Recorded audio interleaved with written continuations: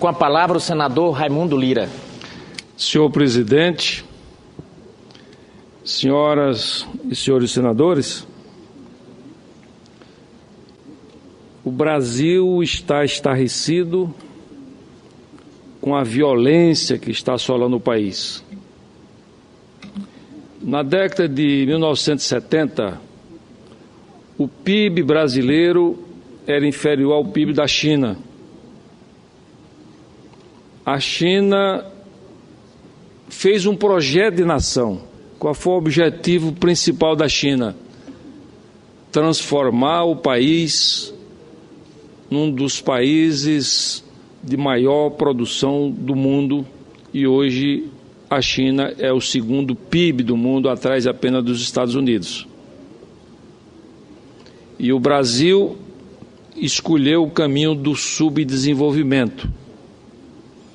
E a partir da Constituição de 1988, este caminho e esta decisão ficou muito clara quando aprovamos uma Constituição que dava absoluta segurança de que o Brasil permaneceria subdesenvolvido pelo maior número de anos possíveis, talvez até de séculos.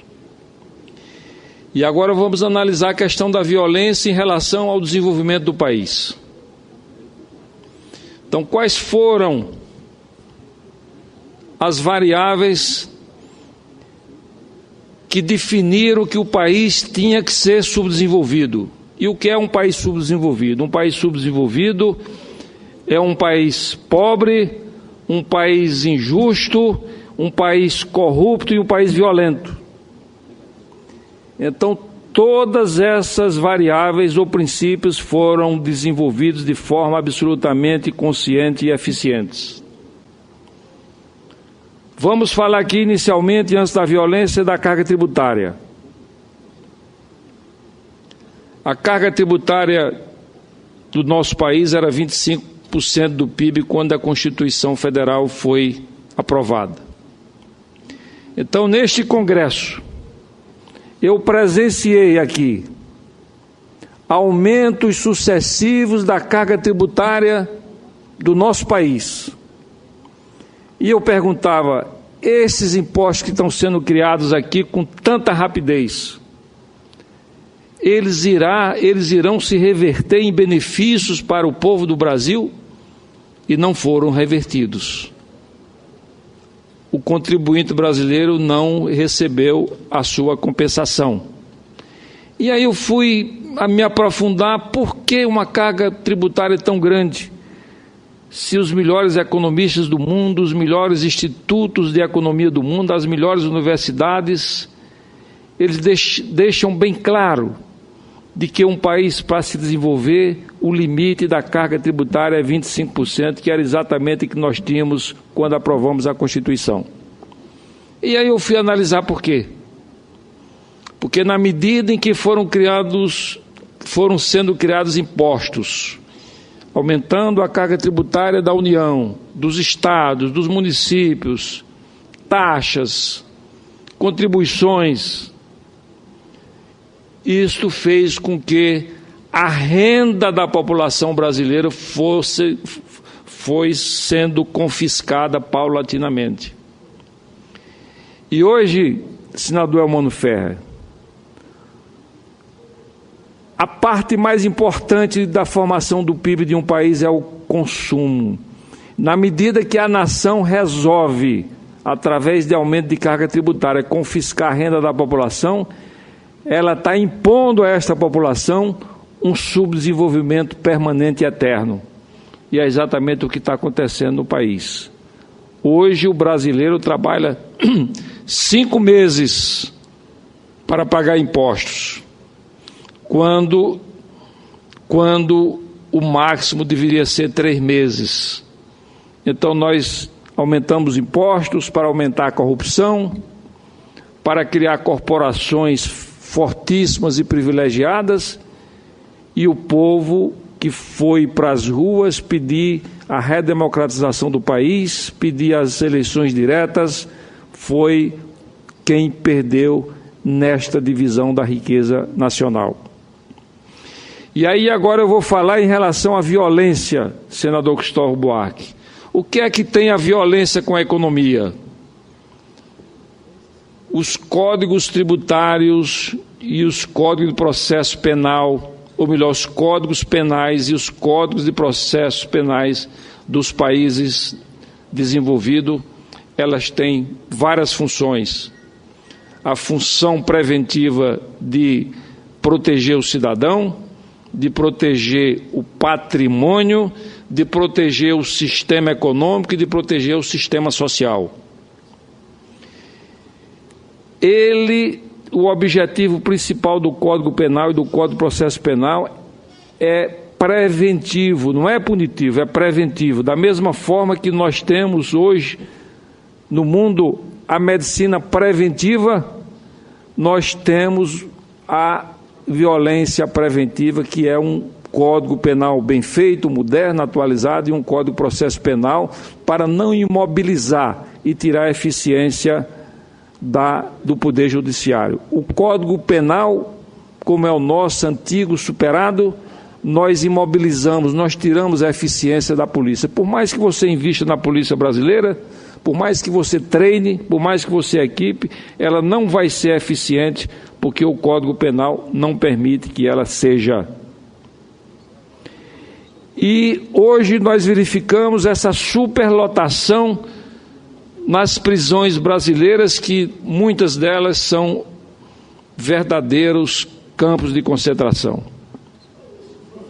Péssimas condições de vida, dando ao apenado uma segunda pena. Ele é penalizado na sua condenação pela justiça e é penalizado a segunda vez nas condições em que ele vai viver numa prisão, a exemplo das nossas prisões brasileiras. Se nós tivéssemos, logo após a Constituição de 1988, aprovado um Código Penal moderno, rigoroso, nós teríamos possivelmente de 40% a 50% da população carcerária que o país tem hoje. Por quê? Porque o Código Penal rigoroso não é para punir o meliante, é para prevenir a violência.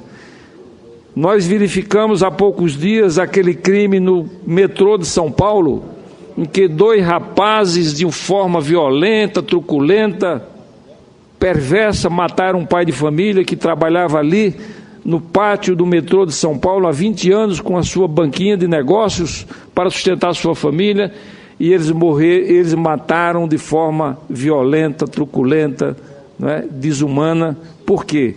Porque antes deles cometer aquele ato, eles pensaram: o que é que vai acontecer conosco? Nós vamos responder o crime liberdade, e daqui a poucos anos estamos aqui no mesmo local que nós estamos hoje. Se eles pensassem antes que iam pegar uma pena muito longa, a exemplo dos países desenvolvidos, eles possivelmente não teriam cometido aquele crime. E assim são cometidos sistematicamente, diariamente, minuto a minuto nesse país, crimes que poderiam ser evitados se nós tivéssemos um Código Penal preventivo. Eu já dei o exemplo aqui outro dia, na Copa do Mundo do ano de 2002, o Brasil fez as suas primeiras partidas numa cidade coreana, né, que tinha 1 milhão de habitantes. E foi amplamente divulgado no Brasil de que o índice de criminalidade naquela cidade coreana era entre 1 assassinato por ano ou nenhum assassinato por ano, ou 0 assassinatos. Isso foi amplamente divulgado, e o Brasil nunca parou um minuto para perguntar por quê, para pesquisar por que tão baixo o índice de criminalidade. Se fosse numa cidade brasileira, esse número de assassinatos, em vez de 1 ou 0, seria de 260 a 400 assassinatos por ano. Então, o que é que está acontecendo? Nós não estamos tomando as medidas preventivas para construir um país mais justo, mais seguro para os nossos filhos e os nossos netos. E esse Código Penal tem sido mantido ano a ano, pelo impatriotismo, pela ganância e pela força de alguns setores que ganham muito dinheiro na economia formal com a violência no país. Aí, o que é que tem a violência, como eu falei, com a economia? Tem tudo a ver com a economia, na medida em que você não dá segurança ao país, também não dá segurança às empresas. Hoje, as empresas industriais brasileiras, senador Cristóvão Buarque, ela gasta de 10% a 15% com custos de segurança em relação às empresas americanas e na base de 20 vezes o que gasta a empresa alemã no custo de segurança. Porque todas as vezes, além de ter um sistema rigoroso de segurança da própria fábrica, da planta industrial, toda vez que vai deslocar um produto de valor agregado, tem que ser com segurança, com escolta, e isso aumenta muito o custo do produto brasileiro, inviabilizando as nossas exportações e deixando de gerar para o país não só divisas, mas milhares e milhares de empregos, porque nós perdemos a capacidade de competição com o mundo no mercado internacional. E aqui vou dar um exemplo muito particular. Nos Estados Unidos, quase 20 estados americanos já adotaram e já aprovaram a lei dos 3 crimes. Então, um indivíduo que rouba um carro, uma vez, ele é preso, julgado e paga o crime correspondente ao roubo de um carro. Na segunda vez, ele é preso, condenado e paga a pena correspondente ao roubo de um segundo carro. Mas quando ele rouba o terceiro carro, ele pega a pena máxima do país, à exceção de pena de morte. Ou seja, se o país tem pena de morte, ele pega prisão perpétua, porque roubou apenas 3 veículos. Aí nós ficamos estarrecidos quando nós conversamos, quando ouvimos na televisão, algum especialista, ele acha isso uma coisa estarrecedora. Um sujeito roubar 3 carros e pegar prisão perpétua. Veja o que está acontecendo no Brasil.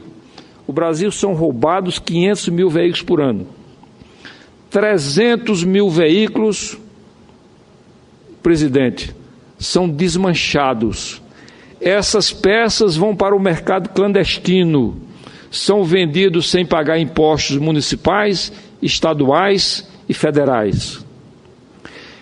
Essa quantidade enorme de peças é o suficiente para manter o mercado de reposição de peças no mercado brasileiro. E aí, centenas de fábricas de autopeças no país já fecharam. Centenas, milhares de lojas de autopeças também já fecharam, acabando, destruindo milhões de empregos no nosso país. Milhões de empregos, não só por empregos diretos, mas aqueles empregos também gerados pela arrecadação de impostos dessas fábricas e dessas lojas, que gerariam novos empregos e mais recursos para dar uma melhor qualidade de vida ao povo brasileiro. Então, você vê, a partir de um roubo do carro, você destrói um setor econômico do país. Por isso que lá eles têm essa visão de ter um Código Penal que proteja não só a pessoa, não só o patrimônio pessoal, mas também o sistema econômico e o sistema social. O sistema econômico, quando destrói as empresas, e o sistema social, quando tira do país milhões de empregos formais que poderiam existir. Então, é importante alertar o país que o que está acontecendo agora, essas rebeliões, essas milhares, centenas de milhares de apenados que estão nessas prisões sem condições. Nós poderíamos ter hoje 40% ou 50% de presidiários. Se lá atrás, há 20, 25 anos, o Brasil tivesse um projeto de país desenvolvido. Então nós temos que romper essa barreira, deixar de pensar em manter eternamente o país subdesenvolvido apenas para atender a setores minoritários do país que têm força política, que têm força, que têm influência, que são formadores de opinião. Porque nada melhor. Qual é a corporação que seja altamente privilegiada no Brasil, mais do que nos Estados Unidos, na Alemanha ou na Inglaterra? Qual é o interesse que essa corporação tenha que o Brasil se desenvolva? Então, o que nós precisamos é abraçar o povo brasileiro. Esse Congresso Nacional tem que, a partir de agora, ir de encontro às aspirações do povo, deixar de receber as influências que são recebidas diariamente aqui, de corporações, de grupos de pressão, cujos interesses são justos, mas muito mais justos são os interesses da coletividade. Então é isso que eu gostaria de dizer, que essa violência que está acontecendo agora é resultado do Brasil não ter tomado as devidas providências e modernizado o seu Código Penal e o seu Código do Processo Penal há 20 ou 25 anos. E eu sempre digo e vou continuar repetindo, para o Brasil melhorar, para o Brasil entregar os nossos, para que possamos entregar aos nossos netos um país desenvolvido, nós temos que começar a resolver as coisas pequenas, uma por uma, porque senão seremos eternamente um país